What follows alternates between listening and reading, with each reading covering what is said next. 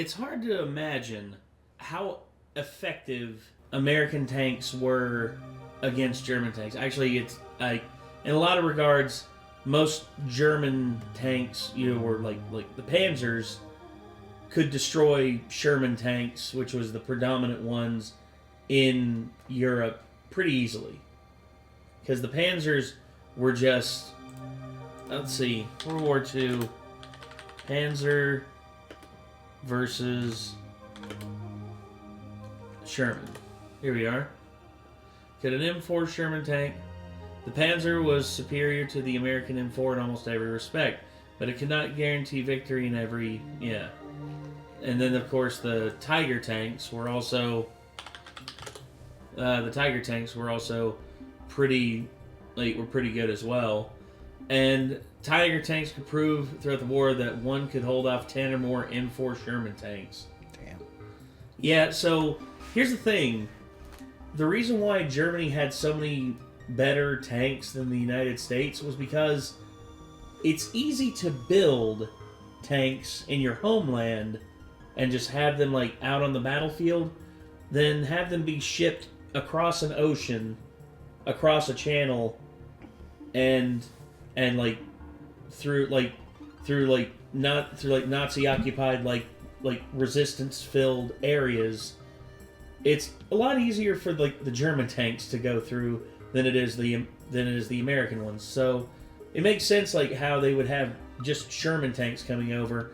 But apparently there was one, America's only super heavy tank, the Doom Turtle. And I guess we're going to see Fat Electrician talk about that. Also, once again, I want to remind everybody that the Fat Electrician is awesome, and you should go check him out. And if you like these reactions that we're doing to him, be sure to hit like. Once again, like.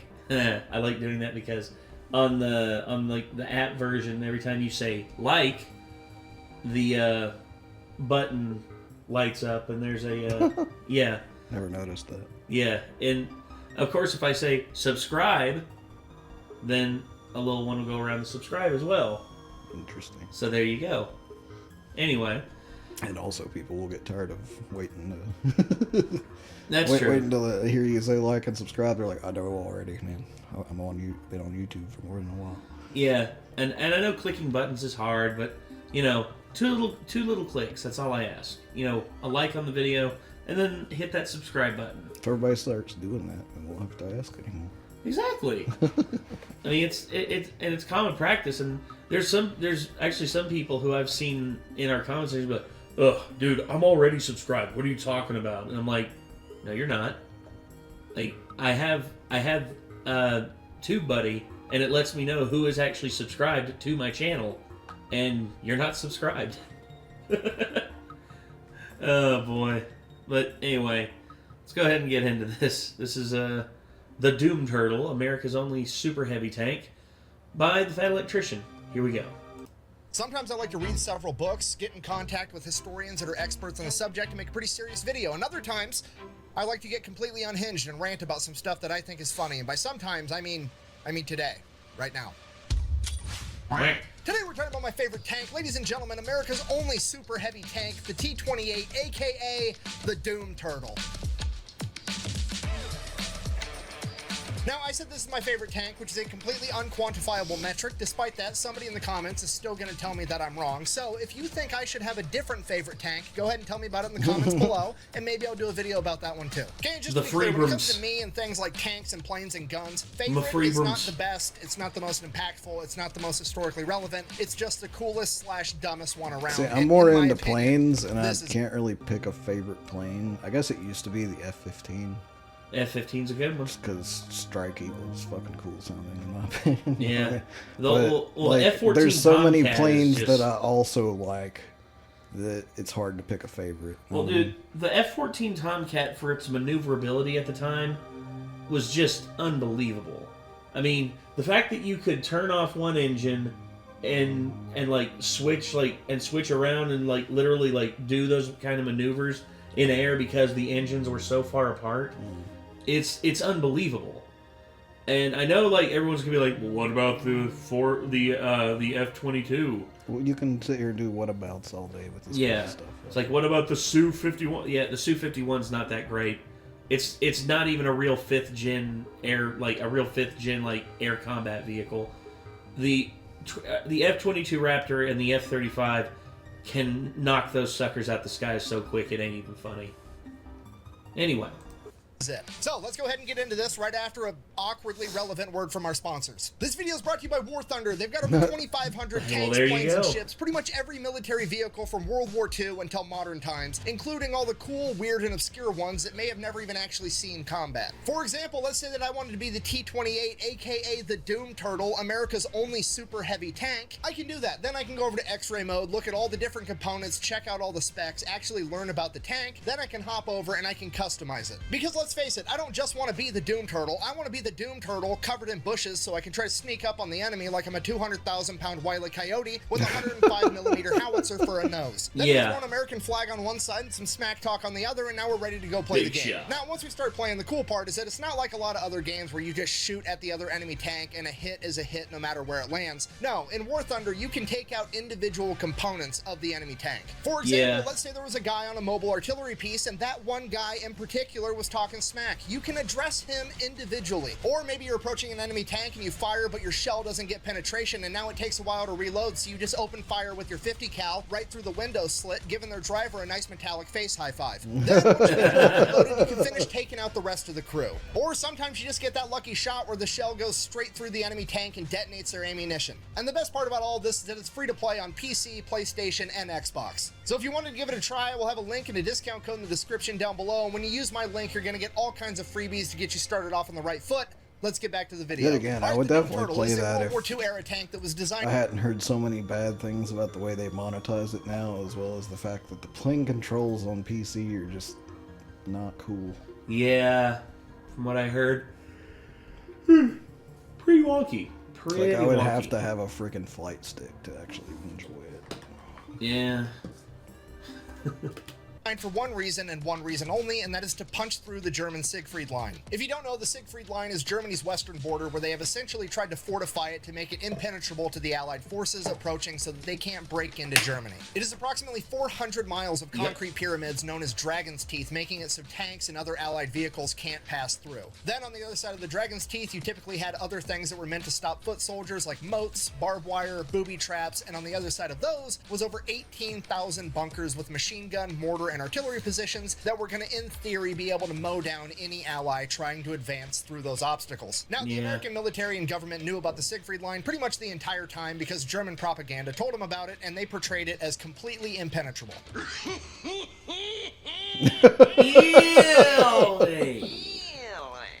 Yeah. So the American military in 1943 is like, okay, we're going to come up on the Siegfried Line. I was gonna say, my right ear really loved Jim Carrey right there.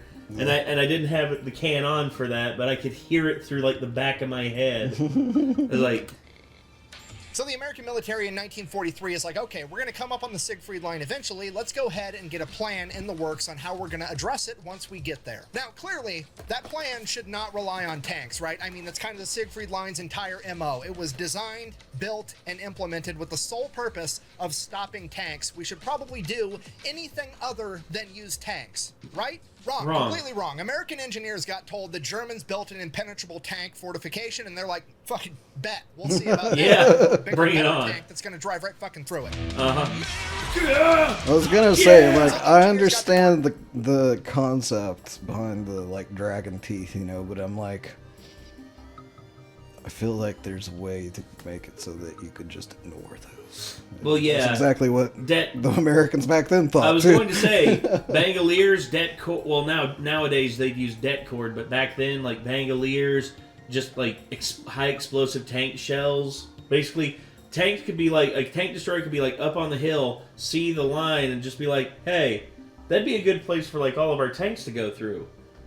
Just pelt it with, like fire or artillery fire or mortar shells. Well, at the same time, that gives a visible hole to where they know you're going to be driving through, so they could get ready and aim everything they wanted at that spot. That's true. So imagine doing that and then having your tank come in at a different spot you didn't just open a hole in and just drive right over the fucking spikes like, fuck you. Yeah. And they're like, oh shit! Like, that wasn't supposed to happen. Like, oh my god.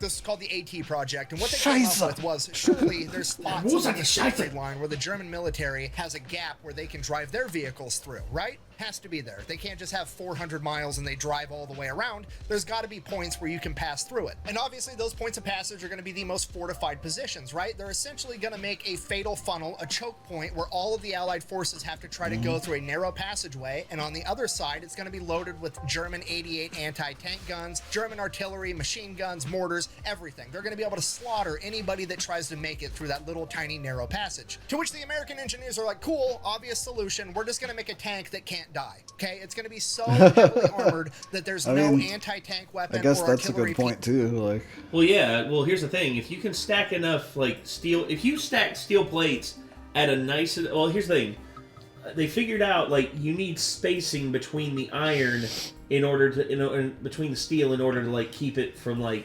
because if you have just like a solid brick that there's no like that there's no space in between, then basically it has a greater chance of going through that than if it was like spaced out. Because if it's spaced out, then basically the air will act as like a basically like a pillow and just like it slow down instead of like a straight, like a drill point straight through. But yeah, there's ways they can go about it anyway. Piece known to man that could kill it. Then we're going to put a gun on it that's so big that it can shoot through concrete bunkers and take out the enemy. We're literally going to drive this gigantic, heavily armored tank directly into the enemy choke point, stand there, take all their anti-tank fire, be untouchable, and then we're going to return fire and kill them first. Okay, do you understand how gangster that is? This is the That's pretty ultimate gangster. dad dick maneuver. Just straight up like, I know exactly what your plan is. I know what you want me to do so that you can beat me. I'm going to do it anyways, and I'm still going to win because fuck you. So they made the Doom Turtle, the T-28, I'm gonna smack my giant 105 millimeter dick all over your faces. yeah. only super heavy tank. This thing is 36 feet long, 10 feet tall, and 14 feet wide. It has 12 inches of armor on the front, and it's weighing in at 95 tons. Okay, approximately 95 tons? Ooh. 210,000 pounds. Okay, the human mind can't comprehend how heavy this tank actually is. It literally weighs as much as a blue whale, which also isn't helpful because most people haven't seen a blue whale. Okay, so it's like, here's my calculator. Toyota Corolla is like 3,000 pounds. Okay, it's like 70 Toyota Corollas, okay? This entire thing is like an entire parking lot got a gun strapped to it, and now it's coming to kill the enemy. Speaking of gun, they went with a 105 millimeter gun, okay? That is field-grade artillery. This is literally a howitzer that they strapped to the front of this metallic blue whale. Yes. Okay, if you're not picking up what I'm putting down, I'm trying to tell you this thing is basically the Narwhal of death, all right? Which raises the question. Narwhal of death would be another good name for it. Doom Turtle's awesome. I love the Doom Turtle name. It's like that. It's like the long neck of the turtle just comes out and just like, and but the narwhal of death is just that much. It's great too. Did they go with the Doom Turtle and not the Narwhal of death? Well, it's because this thing's slow as shit, which is really the downfall of this tank, because somebody basically said, hey, we're going to build a 200,000 pound tank, and then we're going to put the same V8 engine in it that the M4 Shermans have. No, you need at least two. You need at least two in order to make it run good. One, you're going to be crawling, dude. Yeah, the Doom Turtle is rocking a 500 horsepower V8 Ford engine, okay? Just for the record, if you don't know much about engines or horsepower, Dodge is out here making minivans with 1,000 horsepower that weigh 5,000 pounds, and the DoD thought it would be a good idea to stick a 500 horsepower V8 inside of a tank that weighs as much as a blue whale. Dude, you would at least need like a diesel, like a good-sized diesel engine for that thing. That's what I would have put in it. I would have put like a 2,000 horsepower diesel engine that, you know, is used to like haul logs or steel across the country. Not a 500 horsepower one that you would put in like a sports car. Come on, dude. Okay, the Doom Turtle's coming at you at the speed of mock potato. Pedal to the metal, balls to the wall. This thing maxes out at 8 miles an hour. So clearly they're going to have to transport this thing all the way to the Siegfried Line, right? I mean, I wouldn't want to give the enemy that much time to like think of a counter plan, you know? True. Oh shit! Nothing's working on it. Well, it's going very slow, so come up with something quick. I have an idea. It looks like it will be here by tomorrow morning. And all of a sudden they go to bed, they wake up, it's like, where is it? Oh, it's still right there on top of the hill. I think it might be stuck. Oh no, it's still moving. It's just moving very slowly. Right, if they land this thing on a beach in Normandy and let it drive all the way across France, it's going to take like 3 years to get there. And this is actually why the Doom Turtle has a unique look of having 4 sets of tracks instead of just 2 very wide sets of tracks like a normal super heavy tank would. And that's because those 2 outermost tracks come off and separate from the Doom Turtle, allowing it to be easier to transport, both because now the Doom Turtle isn't as wide and it comes apart in 3 separate chunks, making it all weigh significantly less than the original 95 tons. So they've got it all figured out, and by 1945 they start manufacturing these things. Originally they're planning on making 25 of them. They figure that'll be enough to punch through the Siegfried Line, but they build 2 prototypes first. So they get those prototypes built, then they're testing the first one, and the V8 engine that's trying to move 200,000 pounds obviously catches fire, burns out the entire inside of the tank. The entire thing is essentially a total loss. And while Kind of the other thing I was thinking about is like, wouldn't that just stress the engine to the point where it would just give out? Yes, it would. And it did. Forces managed to penetrate the Siegfried Line. How on earth did they do that without the Doom Turtle, you ask? Well, A, the Siegfried Line wasn't really all it was cracked up to be, according to the German propaganda. It definitely was not impenetrable. It was undermanned. It just wasn't as good as it was made out to be. So they just went and they sent out recon, and they found a couple of spots where they weren't well covered by like artillery and machine guns and booby traps, and then they just put a bulldozer out and pushed dirt over the top of the Dragon's Teeth and then drove right over a tank dozer. A literal freaking tank dozer. That's awesome. the top, got behind enemy lines. The whole time they're probably like, this is going to be fucking funny when we walk up behind them. And yeah. It's like, can you imagine just be like, there's that bulldozer! Bulldozer incoming! Buddy out. Yeah, the Germans spent. It's like, just imagine like being a German, like sitting like on the, you know, watching the Dragon Teeth, and like you're just like, this job is very boring. It's like, yeah. And all of a sudden you just feel. Yeah? Hey. You know? It's like, how the fuck did they do that? Yeah, I was going to say, be like, it's very quiet out there, wouldn't you say? Hans? Oh shit. So, he's just like, you look down and he's just like, so. Alright, I surrender. 10 hours building this 400-mile stretch of concrete booby traps, and they got outdone by a couple of rednecks with a bulldozer. Hell yeah. Hell yeah! Hell yeah! Anymore, so they stopped the project. There was one surviving prototype. They gave that over to Aberdeen Proving Ground, and they used that basically as a giant weight to test transportation equipment because, well, it was the heaviest tank they had, and if it could move the Doom Turtle, it could move anything else, so they used it for that for a little while. Then, one day, somebody just parked it in a field, and everybody forgot about it. A little while after that, people started asking questions. Historians, the public, museums, like, hey, where's that badass tank? We want to preserve it. We want to save it. It's a part of history. We want to stick it in our museum. Let me have it so I can take care of it. And the Army's like, I don't know, bro, we lost it. Okay, now on one hand, to be fair, I'm pretty sure I know exactly how this happened. They just like had a couple of dudes go park it. They made it take all day. They parked it off in a field. Those dudes like retired. They left. They moved on. And then nobody remembered where it got parked. Okay, like I'm sympathetic to that. I understand how it happened. But on the other hand, how the fuck do you lose a 200,000-pound tank that there's only one of? Like, I would understand if you were like, oh, hey, we misplaced a Sherman tank because America made like 50,000 of them, right? But no, this isn't a Sherman tank. It's twice the size of a Sherman tank, and there's only one of them, okay? You could park it in a parking lot full of tanks, and you would still be able to find it. How on earth did you manage to lose a blue whale with a gun attached to it, okay? Dude, where's my car? Yeah. Where's your car, dude? Dude, where's my car? Dude, where's my car? So that's it. It's Where's just your car, gone. dude? It's MIA for the next 27 years. Nobody has any clue where this thing is at. And then one day, some hunter is out in the woods near a military base hunting, and he's like, hey, there's a fucking tank sticking out of those bushes. There's my car. Dude, there's your car. Yeah, you guys thought I was being silly earlier with that War Thunder ad, didn't you, when I stuck a couple of bushes on this giant tank and pretended like that was going to conceal it? Well, history's on my side now because this bitch was incognito for 27 years because it had a couple of bushes on it. What now? So the hunter goes to the army. He's like, hey, I found this weird looking tank in the bushes. And they're like, oh shit, we've been looking for that thing. So the army then...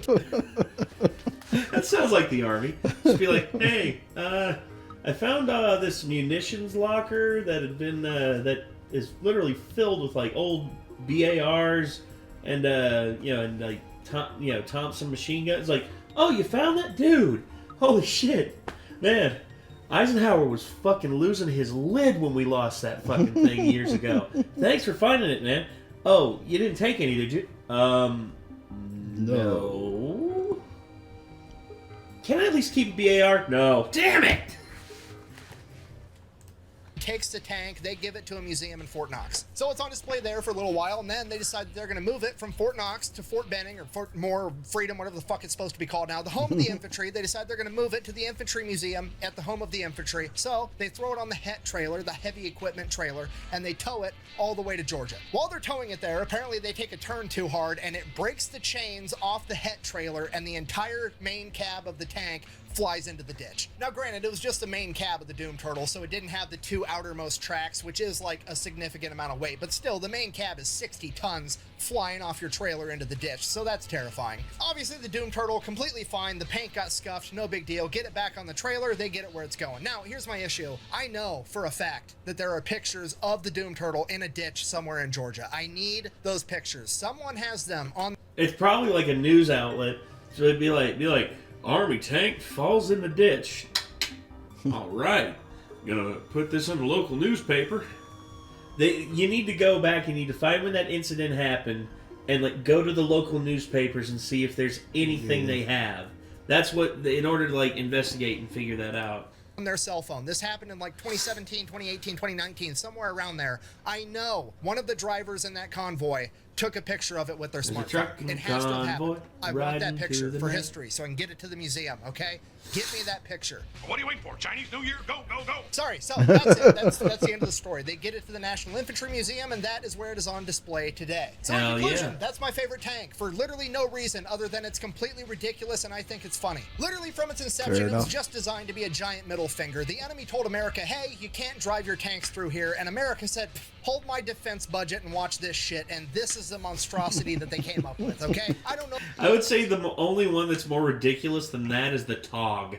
You ever seen the TOG? Jesus. If you can give a tank steroids or even test a tank for steroids, but if you can, test that one first. Now, is it unfortunate that it never saw combat? Yeah, absolutely. It's cool to think about if it did. However, that serves to highlight one of the most important lessons that I teach on this channel, and that is that the only thing scarier than engineers and defense contractors with an unlimited budget is a bunch of infantrymen on the ground with time on their hands, because that's what actually gets shit done. Thank you for watching. The best way to support the channel is go buy some merch over at thefatelectrician.com. Quack, bang, out. Alright, nah. Man, only the government could lose a 200,000 pound tank for 27 years, currently still be missing 6 nuclear warheads, and then tell me how dark I'm allowed to tint the windows on my car. Right? Exactly. Jesus Christ. Still terrifying to me that the America's just like, yeah, there's like 6 nuclear weapons that we just kind of lost track of. Yeah, somewhere. Yeah, there's a bunch of the... Dude, that's so freaking dumb. There's also, like... I mean, I'm pretty sure they say it in, like, the first Metal Gear Solid game. There's, like, a fuck ton of, like, MIA, like, nuclear waste per, like, year as well, which is kind of like... Wait, how much? I don't remember, but, like, they talk about, like, you know... like things of nuclear material just go unaccounted for. Oh, like, yeah. Like nuclear, like just nuclear waste and nuclear material. It's not even like necessarily all waste. Some of it's like material that could be used to build a nuclear weapon and stuff, you know.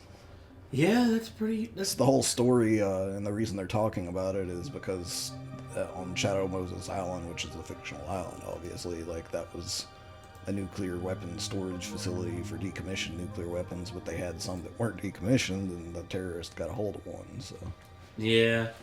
But the TOG 2 specifically, this thing was a behemoth. Do you want to know how big this thing was?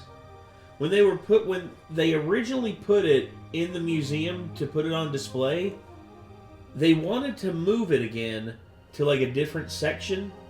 In their attempts to move it, the ground, like the concrete that it was on, broke underneath it, and they basically just decided, all right, fuck it, keep it where it's at, just don't move it again. And I was gonna say, the guy standing next to it makes it look like not that gigantic, but still big, but that's like about the size that I imagine a lot of tanks would be, you know? Well, no, well, a Sherman tank, a Sherman tank with like someone standing next to it, it's like a person standing in front of it is like 6 feet tall, like right here. What, like, that's like, oh no, that's a model, never mind. Like, someone with person to scale.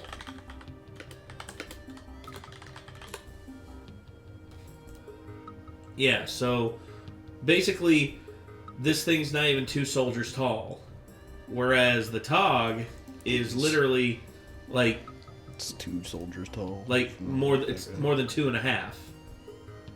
It's like 2.5 soldiers tall at least. I guess it's also the perspective of the photo as well, because he's standing kind of out in front of it somewhat. I guess, but look at that kid next to it. Dear God have mercy. But this thing was designed in order to like go through the trenches, because they were expecting World War II to be a lot like World War I, and turns out no, World War II was nothing like World War I. Turns out technology had advanced to a certain point to where, well, okay. So they basically made it where it was long enough where it could just drive right over a trench, essentially, I'm guessing. Yes. Also, here's the thing as well: when the Germans went to war in World War II, they had good planes, newer battleships, newer materials, and they were using radio technology. That's a big thing. Radio technology and radio communications, that's a big thing, because that's instantaneous over the span of 30, 40 miles. Whereas the French and the Belgians were still using men on motorcycles delivering handwritten messages. Which instead of it being instantaneous over 30, 40 miles, instead it was 30 minutes later over the span of 20 miles. And sometimes not at all if the enemy intercepts your motorcycle. Exactly. So that just goes to show you, it's just that's not how it always is. And it's just ugh. It sucks. It sucks that the French and the Belgians literally... Well, and here's the other thing too. The French, they had artillery on the Ardennes, or unlike their Maginot Line and everything, and they could have fired, but you know why they didn't fire? It's wait, if we fire at them, then they're going to fire back at us. So maybe it's best if we don't fire. Yeah, and then the Germans implemented their Blitzkrieg plan and basically pulled giant encirclement movements with the Belgian and the French and the British, and then you had everyone cornered at Dunkirk, and then it was 480,000 men were on a beach, just waiting for death, and then the British the British civilian ships went out and picked up all these men, and I think at the end of it they saved over 320,000 Brits and over 80,000 French. So basically, over 400,000 men were saved off those beaches because of the evacuation at Dunkirk. That's an amazing amount, considering that the British destroyers and everything that were brought in there to try and bring the men out all got sunk by U-boats. But yeah. Anyway, the Doom Turtle, arguably one of the dumbest tanks ever. But hey, I'm all about it. It's a cool idea and on paper, kind of. Oh yeah. Sort of, yeah. I'd love that. Other than the stupidly small engine, like... Yeah, once again, you need at least 2 engines, if not, like, a super diesel in that thing. Like, get a super diesel in that bitch. Anyway. Let's imagine, like, an actual, like, rolling fortress just coming in on the battleground. Dude, that would be... Like, that would be a nightmare for, like, all these Germans out there. They would just be... It would just be like, what in the hell is that? It's like, we keep hitting it with everything we got and it just won't stop moving forward. What do we do? It's just like, gentlemen. The only sad part about it is that there wasn't heavy metal music invented during that year yet, so that they couldn't blast it on speakers as they rolled into a giant fucking fortress. You know, I actually had like a dream scenario for like a movie. It's sort of like that one movie that we watched with like the Overlord, Operation Overlord movie. Yeah, but instead it's like it's set in the fields of France as the Allies are making the push towards Germany, and it's literally these it's this mixed group of like various like some Brits and some Americans and like a Frenchman, and like it's like an American tank, and these guys are trying to like get it running again. They finally get it like to where like the engine will start, but like the starter's broken, so they have to like hand crank it and to start it up. And like as they're like whirling it up to like get the get the starter going and like reach in like turn on the engine that way.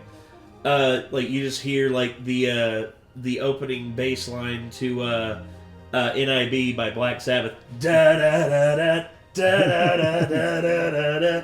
Oh yeah. And then like the engine starts. I was like, yeah. And then they start rolling over the hills, and just like with that soundtrack behind it, I would just like, that's a dream right there. If I could ever film something like that, that would just be like it would be a complete life moment for me. Anyway, yeah. So let's see. Yeah, this one right here. This is 2 guys starting up a Panzer Kampfwagen, aka a Panther 5 tank, by hand. Like, this is what they had to do in order to start it up. Watch this. Like, this is insane. Basically, they activate like a turbine inside that uses kinetic energy. And once they get it spun up enough... It takes 2 dudes to turn that, too. Yeah, once they get enough going, they hit the little connector inside, and the kinetic energy basically starts up the engine. It's unbelievable. I love that shit, dude. Yeah, cold starts and revs. Abrams, the Leopard, the Tiger. How to start a Sherman tank. Yeah. So you've never seen this. 75 cubic inches in size. Okay. Pair of Brits. There's a pedal and then to draw the fuel in. There it is. But yeah, they have a traditional starter right there. You know, like that. Like in my scenario in my mind, that's broken, and they have to like hand crank start it. Which, dude. Anyway, so yeah, that's gonna do it, everybody. So hopefully y'all enjoyed, and until next time, I'm Nate. I'm Nick. Be good people. Peace.